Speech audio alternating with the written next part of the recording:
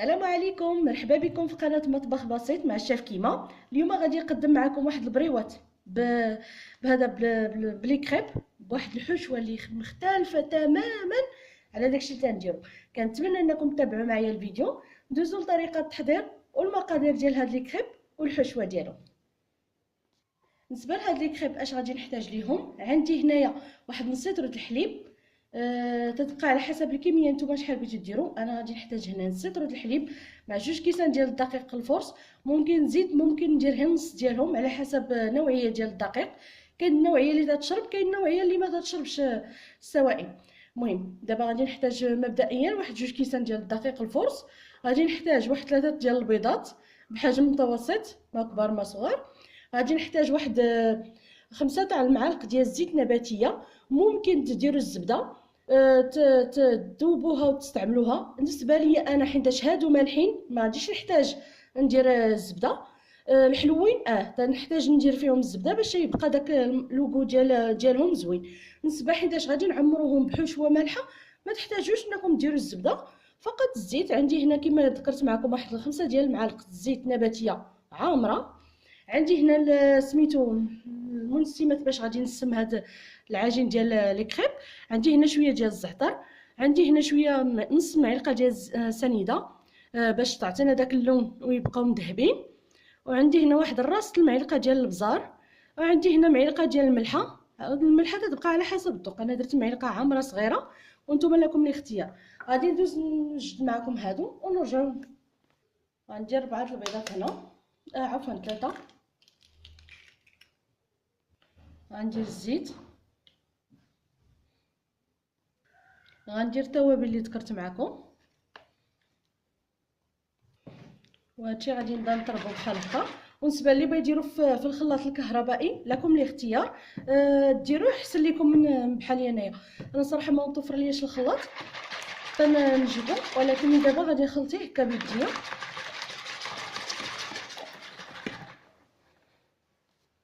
ودابا غادي نضيف الحليب،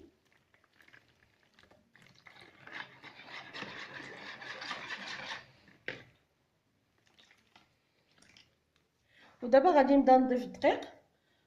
كما ذكرت معكم الا درتو دقيق سبيسيال لكم الاختيار. انا درت الدقيق تاع جميع الاغراض، يعني ديال جميع العجين.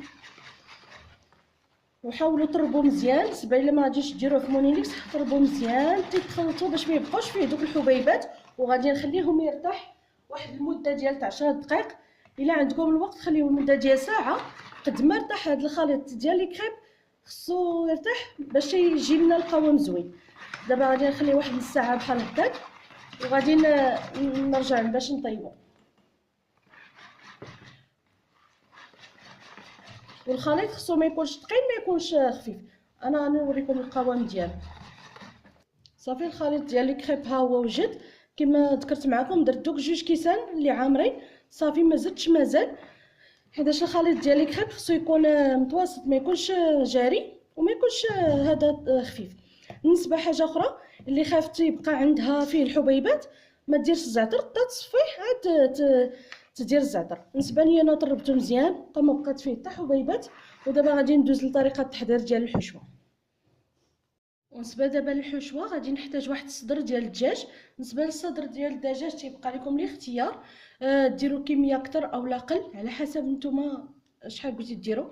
انا عندي هنا نص عفوا صدر ديال الدجاج اللي غسلته بالحامض والملحه وشويه ديال الدقيق باش يحيد داك الزعيليكات اللي تيكون فيه، ونقيته مزيان وخليته يقطر على خاطرو.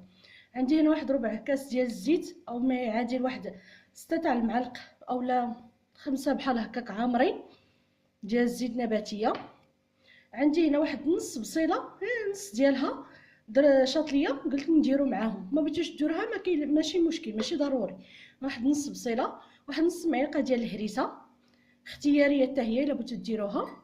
بالنسبه للتوابل اللي غادي ندير معاها، عندي هنا كليل الجبل ها هو، عندي شويه البزار، نص معلقه ديال ضمه ديال الحوت اولا ديال البقري اللي متوفر عندكم. عندي هنايا واحد 2 ريوس ديال الثومه، نص معلقه ديال السكينجبير. عندي هنا هذا الزعتر اولا الزعتره اللي متوفر لكم. صافي غادي ندير هادشي كله، غادي نديرو في الكوكوط، وغنسد عليها بواحد ربع كاس ديال الماء. وهانتوما معايا باش تشوفوا الطريقه كيفاش غندير لها. صافي دابا درت الدجاج، غادي ندير عليه الزيت. صافي غنضيف الثومه، وهذا الثومه قسمتها على جوج بحال هكا، الهريسه وهذيك بصيله. صافي دابا غادي ندير الماء، الكميه الماء اللي غادي تغطي ليا الدجاج، وغنخليه يطيب مزيان. نسبه لهذا الدجاج يتغطى بالماء، ما تتشحري ما والو، فقط تديري كلشي تسدي عليه. صافي منين يطيب معايا غادي نرجع دابا معكم باش نوريكم الشرموله اللي غادي نديرو بها الدجاج، وهانتوما معايا.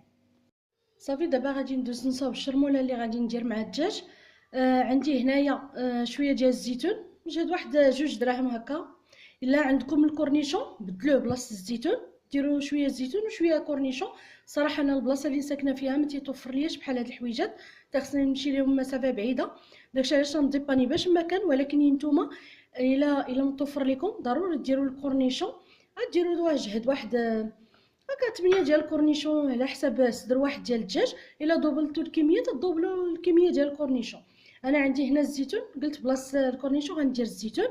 عندي هنا فرماج ديال موتزاريلا، عندي هنا جهد واحد 2 معالق عامرين كبار ديال موتزاريلا.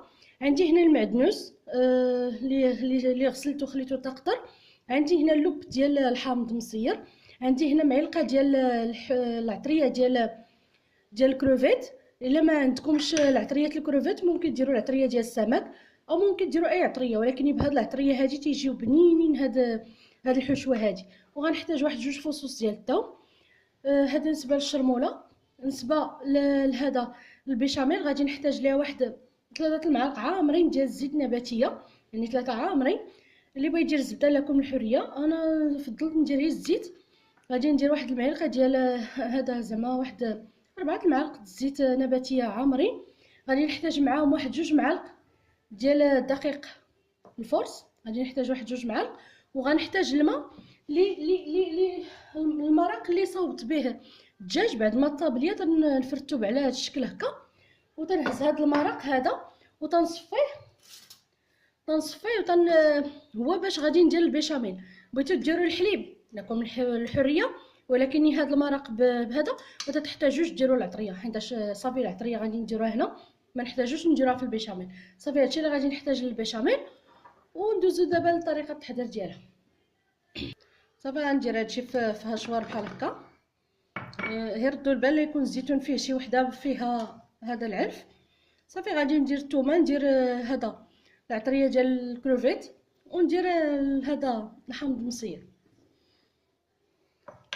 الملحه ما ديروهاش، صافي درناها في الاول، صافي درنا كنور في بلاصه الملحه عفوا. صافي غادي ندير المعدنوس، وغندير هذا الفرماج حتى هو. صافي غادي نميكسي كلشي ونرجع معكم. صافي بعد ما ميكسيتها مزيان ها هي شفتوها.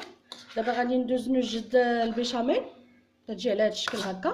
بالنسبه حاجه اخرى نسيت ما ذكرتهاش معكم، الا عندكم صوص الصوجا ديروها، تجي فيها زوينه. صراحه الله انا ما متوفرين لياش هاد المواد هادو، نتوما الا متوفرين لكم ضروري ديروهم.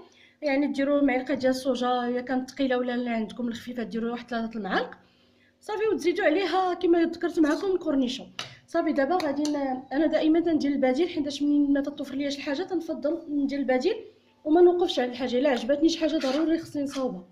صافي دابا بعد ما درتها غادي ندوز نصاوب البيشاميل ونرجع معكم. صافي بعد ما وجدت معايا البيشاميل كما شفتوا، غادي نزيدها على هنايا بحال هكا واحد الكميه، وغندير لهم ميلونج، يعني نخلطهم مع بعضياتهم.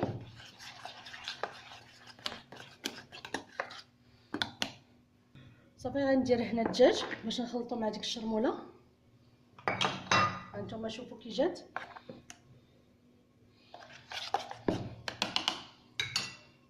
غندير الكميه ونخلط هكا. بالنسبه للملحه جا هو هذاك، ما زدت لا ملحه لا والو، حيتاش الحامض مصير اضافه سميتو الزيتون، يعني القياس ديالها هي هذيك. صافي بحال هكا بحال هكا. ودابا غادي ندوز نعمر لي كريب ديالنا.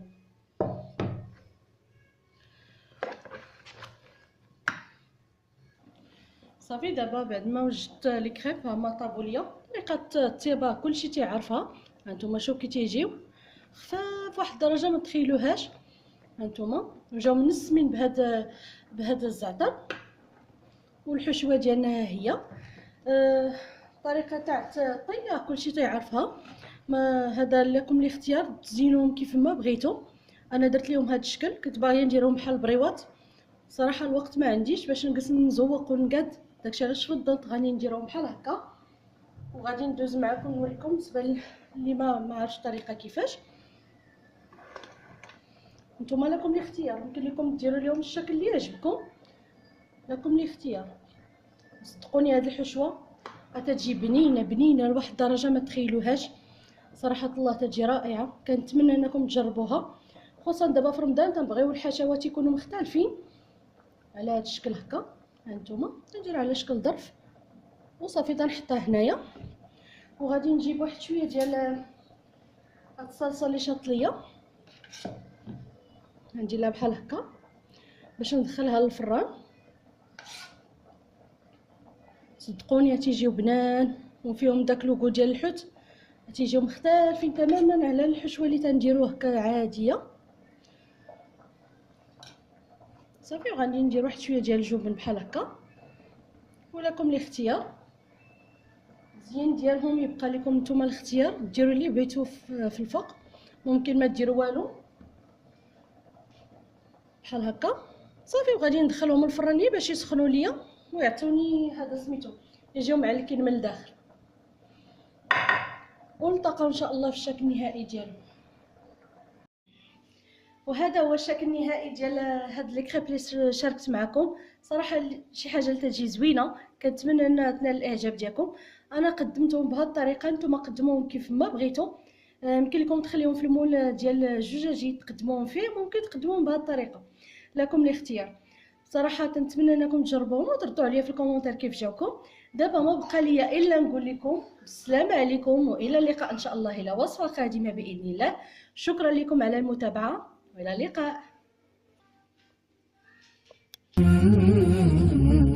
سلمت قلبي يا ربي لتغسله، رفعته لك من خوفي فأنت له.